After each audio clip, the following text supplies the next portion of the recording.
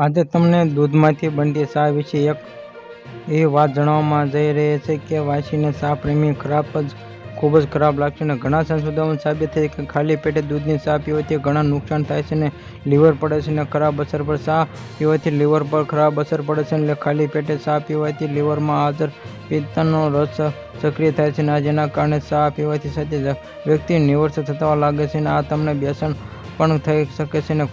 ભૂખ ઓછી કરે છે. દૂધવાળી ચાની જેમ બ્લેક ચા પણ સ્વાસ્થ્ય માટે સારી માનવામાં આવતી નથી, જેના કારણે તમારા શરીરના સોજા અને ફૂલવાની સમસ્યાઓને વધુ પડતી બ્લેક ચા પીવાથી ભૂખને ઓછી લાગે છે અને સ્ટ્રોકમાં પીવાથી સ્વાસ્થ્ય માટે શારીરિક જે લોકો સ્ટ્રેમિંગ ચા પીવાથી વધુ મદદ